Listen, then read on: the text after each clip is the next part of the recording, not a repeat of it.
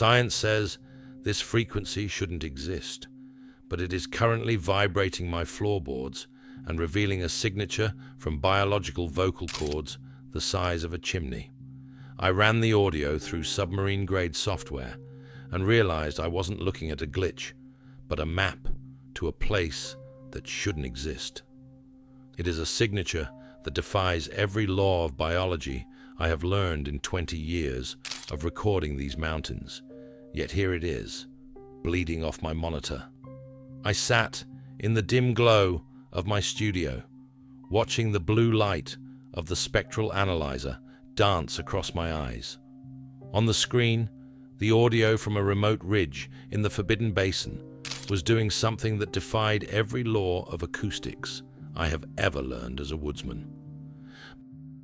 Most life in these mountains lives within a predictable range, but this was a deep, rhythmic pulse sitting well below 10 hertz.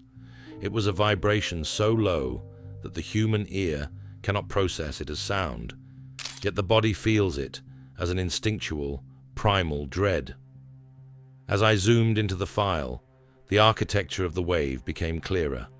It was not the chaotic burst of a falling tree or a rock slide. There was a symmetry here, a deliberate, repeating pattern that looked more like a transmission than a vocalization. I noticed my coffee moving in concentric circles in the mug, perfectly timed to a pulse I could not hear. The air in the room felt heavy, as if the recording itself was still vibrating the floorboards of my cabin. I have heard the wind howl through the crags and the footfalls of grizzlies in the brush, but this was a presence that occupied the silence between the noises.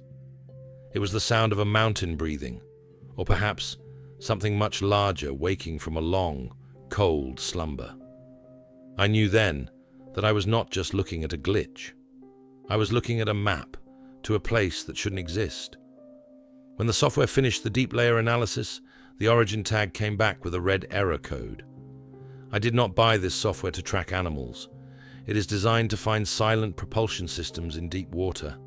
Things meant to stay hidden from global superpowers.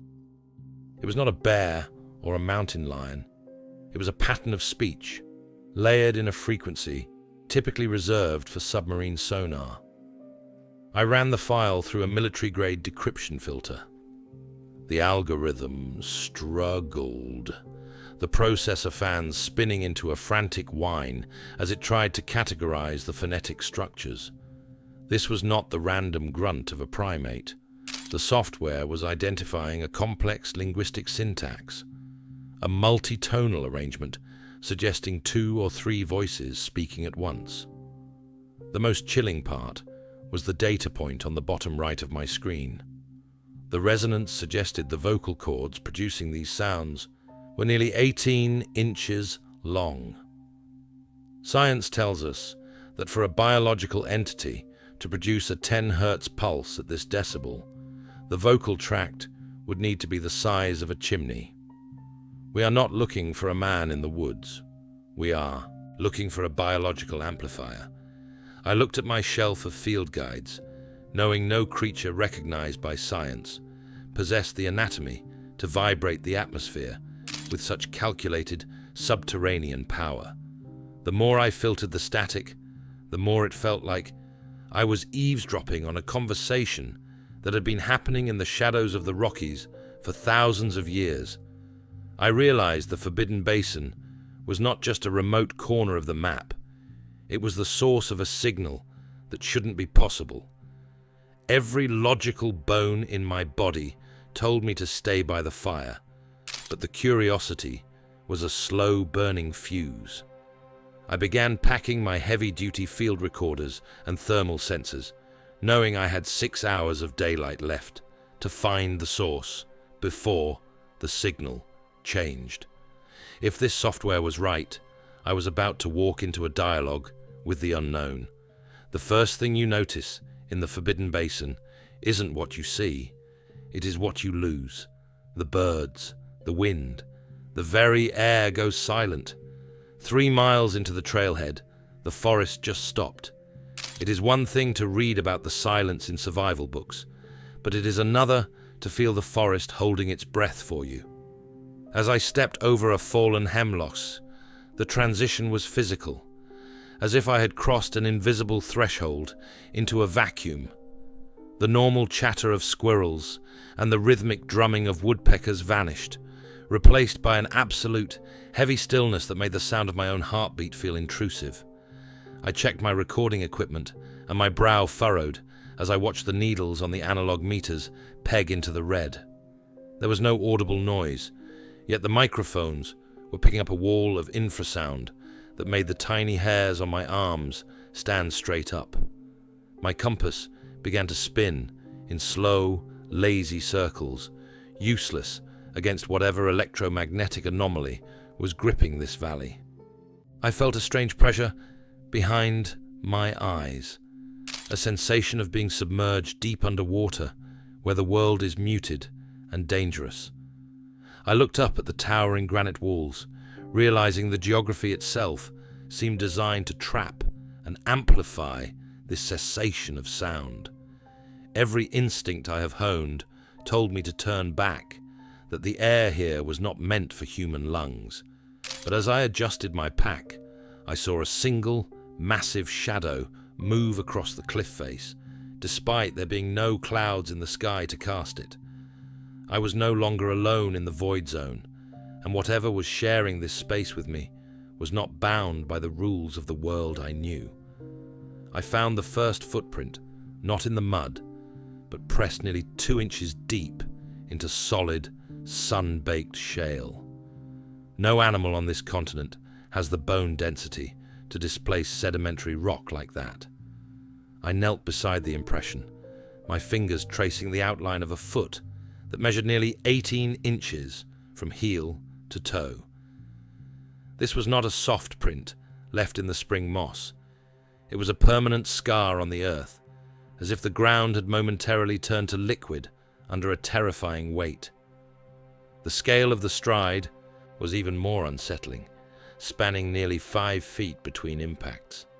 As I documented the site, I noticed a sentinel tree nearby, a young mountain hemlock, 6 inches thick, that had been snapped like a toothpick at exactly 7 feet off the ground. The wood was twisted, the fibers shredded by a rotational force that no wind or falling branch could replicate. It was a marker, a clear boundary line established by something that understood the concept of a perimeter. I felt a cold chill settle into my marrow. The silence of the basin grew even more profound, and for the first time, I realized the rock formations above me weren't just cliffs, they were vantage points. I reached for my thermal camera, only to find the lens fogging from a heat source that shouldn't have been there. Something was standing just beyond the edge of the granite, watching me realize exactly how vulnerable I had become. My vision started to blur, and a metallic taste filled my mouth. The signs of high-intensity infrasound. Something was pinging me, trying to drive me out of the basin before I even reached the valley floor. The air around me began to shimmer, not from heat, but from a vibration so intense it was physically rattling the fluid in my inner ear. I felt an overwhelming wave of nausea, a dizzying vertigo that made the solid ground feel like the deck of a ship in a storm. This was a biological deterrent, a frequency tuned to the human nervous system to trigger a flight response of pure, unadulterated panic. I recognized the technique from the signal analysis back at the cabin, but experiencing it in the open air was a different kind of suffering. I forced myself to sit down, focusing on my breathing as the world tilted.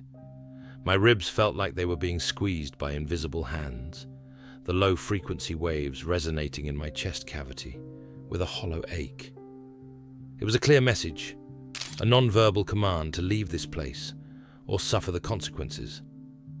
I reached into my bag for my noise-cancelling headphones, hoping the active circuitry could provide some shield against the onslaught.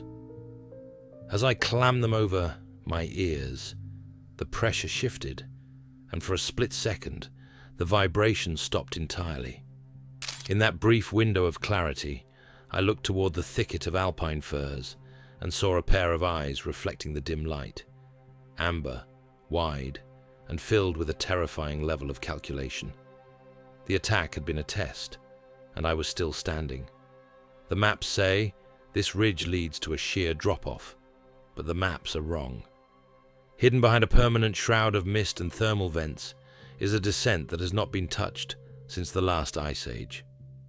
As I pushed through a dense curtain of hanging moss, the temperature spiked 20 degrees, the air becoming thick with the scent of wet earth and ancient growth.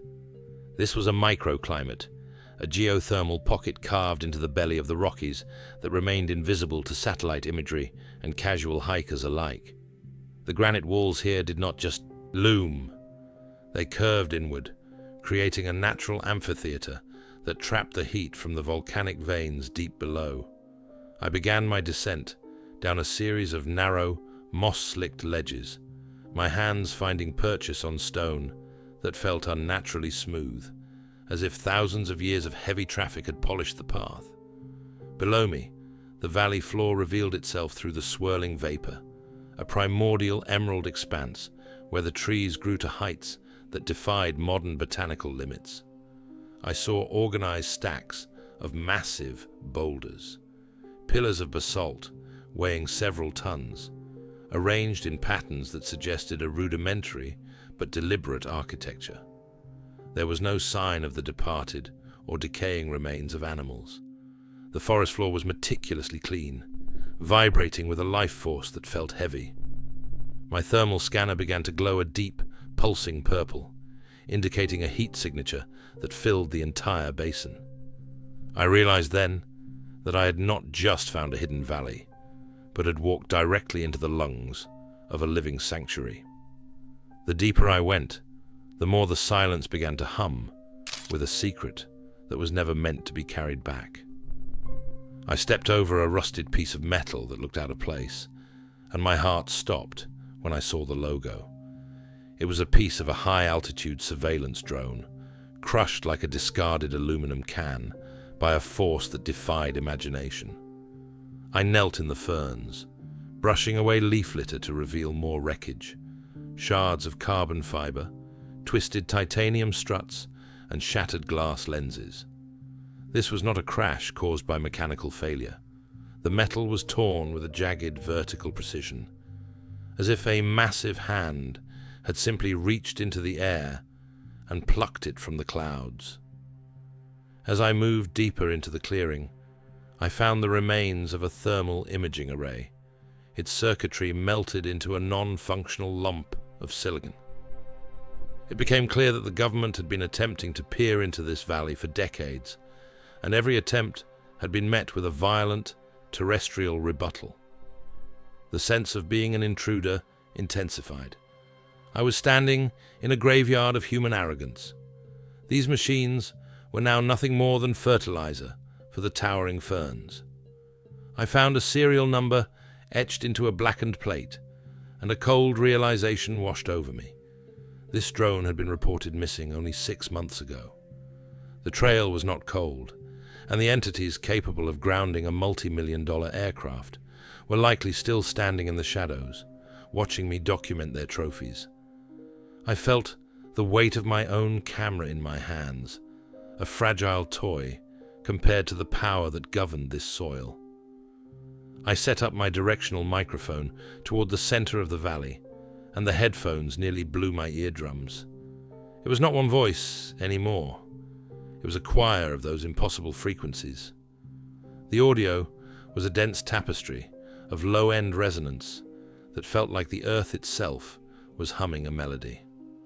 As I adjusted the gain, the individual layers began to separate, revealing a complex, polyphonic dialogue between multiple sources positioned around the basin walls. These were not the aimless bellows of animals. There was a call and response, a rhythmic exchange of information that followed the linguistic structures my software had struggled to decode. The sound moved like a physical wave, rippling through the ferns and causing the leaves to tremble in unison. I watched the digital readout, and the numbers were staggering, indicating sound pressure levels that should have been deafening, yet the air remained eerily quiet to the naked ear. It was a private broadcast, a harmonic echo occurring on a plane of existence just beneath the threshold of human perception. I realized that the valley floor acted as a massive acoustic lens, focusing these subterranean voices into a single point of energy. The hair on the back of my neck stood up as the frequency shifted, becoming sharper, as if the choir had suddenly realized there was a new instrument in the room. The conversation stopped abruptly, leaving a silence so heavy it felt like a weight pressing against my chest. They were no longer talking to each other. They were listening to me. Motion on the ridge. Something moved that was the size of a pine tree, but it moved with the grace of a stalking cat. The scale did not compute until I saw the shadow it cast, a massive, elongated darkness that blotted out the ferns for 30 feet. I stayed perfectly still, my hand hovering over the focus ring of my camera, but my eyes couldn't find a hard edge to track. The creature did not just hide. It seemed to occupy the negative space between the trunks, shifting with a fluidity that made it look like a ripple in the atmosphere. It was a master of environmental camouflage, its coat likely mirroring the mottled grey of the granite. This was not a beast reacting out of fear. It was a strategist, circling the perimeter of my position with terrifying, calculated patience. I watched through my viewfinder as a thick branch, 8 feet above the ground, gently dipped and then snapped back into place. Yet I saw no limb and no face. The silence of the basin had returned, but it was now a pressurized chamber, and I was at the center of a closing circle. I realized then that the entities of the hidden valley were the architects of this isolation, and I had been allowed to see exactly what they wanted me to see. The shadow paused behind a cluster of ancient cedars, and for a fleeting second, the silhouette of a massive conical head appeared against the rock. It didn't move again, but I felt the weight of its gaze, a presence so heavy it felt as though the mountain itself was leaning in to whisper a final warning. I found a cave wall covered in what I thought were claw marks, but under my flashlight, the patterns repeated. They were not scratches. They were symbols, carved into the basalt with a precision that required the use of tools. I stepped deeper into the cool recess of the cavern, my light beam sweeping across rows of vertical tallies and interlocking circles. This was the definitive evidence that shattered the boundary between animal behavior and a hidden civilization. The carvings were deep, showing no signs of the haphazard tearing one would expect from a predator. As I traced a sequence of concentric rings, I realized the spacing corresponded exactly to the harmonic intervals I had recorded. They were not just writing, they were visualizing the frequencies they used to communicate, a physical record of a language built on the Earth's own resonance. The floor of the cave was worn smooth, littered with shaped stones and woven fibers made from cedar bark. There was an organization here, a sense of domesticity and culture that made my skin crawl with awe. I was standing in a library of the unknown, a vault of history for a people the world had decided were nothing more than a myth. My flashlight flickered as a low hum began to vibrate through the cave walls, the stone itself acting as a speaker for a voice coming from deeper within the mountain. The intelligence I had been tracking was no longer a theory. It was a living reality, and it was waiting for me at the end of the tunnel. The infrasound stopped. The valley went silent. And then I heard the sound of my own name being played back to me in my own voice through the trees.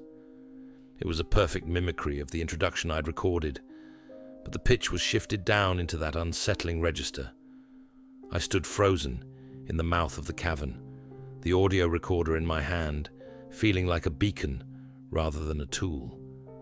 They were not just observing me.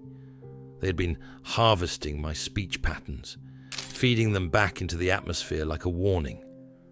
The psychological weight of hearing my own identity mirrored by the forest was a specialized kind of fading for the ego.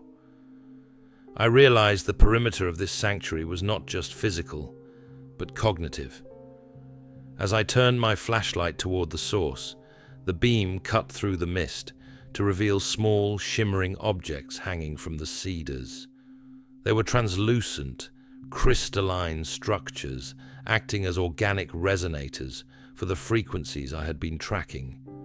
My presence had triggered a systemic response, a breach of their isolation that they were now correcting with a terrifying level of intimacy. The voice came again, reciting a string of coordinates that matched my own cabin's location. They were telling me that they knew where I lived, what I sounded like, and exactly how far I had strayed. The forest began to ripple, as if the trees themselves were moving, and the mimicry shifted into a low, mournful song that seemed to vibrate the very marrow of my bones. He stood 10 feet away, though the mist made him look like a mountain come to life. No growls, no roars, just those intelligent amber eyes watching me with ancient sadness. The sheer physical presence was overwhelming, a tower of muscle and dark fur that seemed to absorb the very light of the forest. He did not carry himself like an animal cornered. He stood with the upright dignity of a patriarch guarding the last standing gate of his kingdom. Up close, I could see the subtle movements of his chest, a slow and deep respiration that sounded like the tide pulling back over stones. He raised one massive hand in a slow, palm-outward gesture that felt like a command for stillness. As he moved, I heard a low-frequency hum vibrating through the soles of my boots. I realized then that the military-grade sounds I had analyzed were merely the echoes of this profound, living resonance. The creature's face was a map of centuries, etched with lines of wisdom and a heavy brow that shaded eyes full of a recognition I couldn't explain. We stood in a shared pocket of time, reaching a silent, terrifying understanding in the heart of the hidden valley. He tilted his head, a gesture of almost human curiosity, before leaning forward to exhale a breath that smelled of pine resin and old earth. The standoff was not about dominance, but about the heavy burden of a secret now shared between us.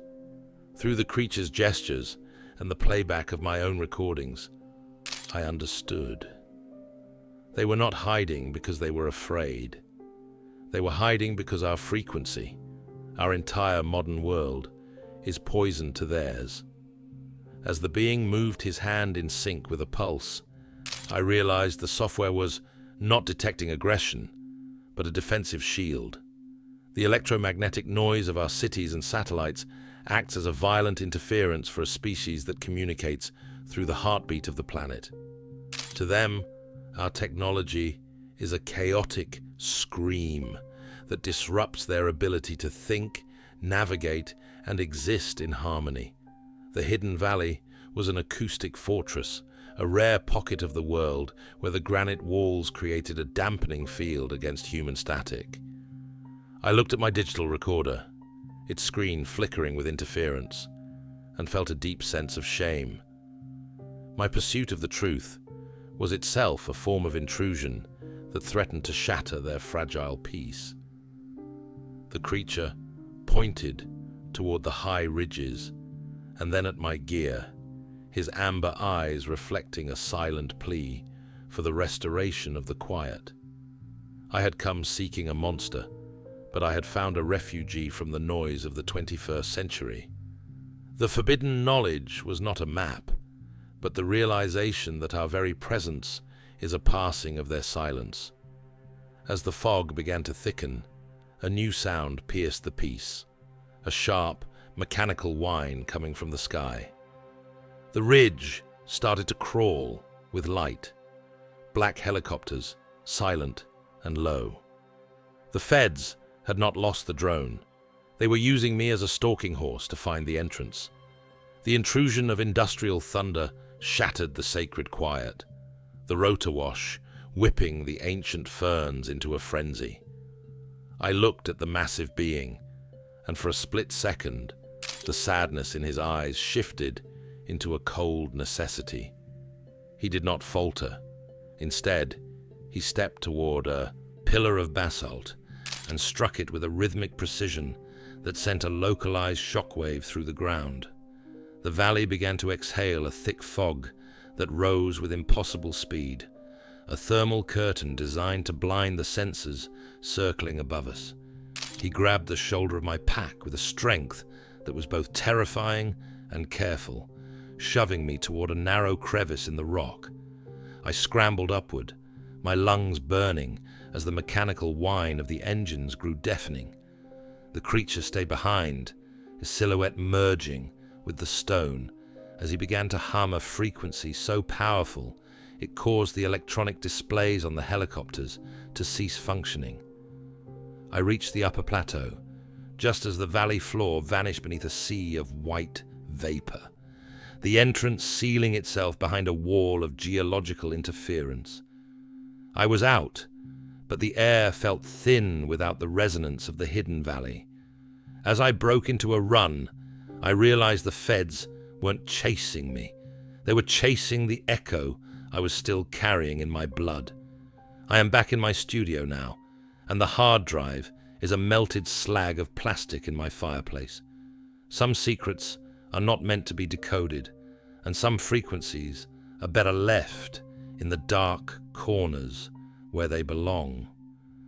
The blue light of my monitors feels abrasive now, a sterile flicker compared to the deep, amber intelligence I encountered. I have spent the last 72 hours scrubbing every digital footprint, deleting coordinates, and corrupting the remaining audio files until they are nothing but static. The authorities came to my door once, asking about the thermal anomalies, but I gave them the blank stare of a weary woodsman. They do not understand that the more they listen with their machines, the less they actually hear. I still feel the vibration in my marrow every time the wind shifts to the north, a low-frequency heartbeat that reminds me the hidden valley is still breathing, protected by a wall of sound that no modern technology can penetrate. I have traded my directional microphones for the simple peace of the porch, choosing to be a guardian of the silence rather than a witness to the end of a sanctuary. The world outside continues its frantic, noisy climb, oblivious to the ancient neighbors who live in the gaps of the map. But I know better. I know that out there, past the reach of the satellites, something massive is watching the stars. They are not gone. They are simply waiting for the world to grow quiet enough for them to finally be heard. The mountains don't surrender their truths easily, and some frequencies were never meant to be heard by human ears. If you feel the pull of the deep woods and the mysteries that lie within them, subscribe and like this video to join our circle of guardians. Share this journey with those who understand that the map still has empty spaces, so we can continue to document the voices in the static. Keep your eyes on the tree line and your ears tuned to the silence. Because out there, in the places where the light doesn't reach, the heartbeat of the valley is still pulsing, waiting for the world to go quiet.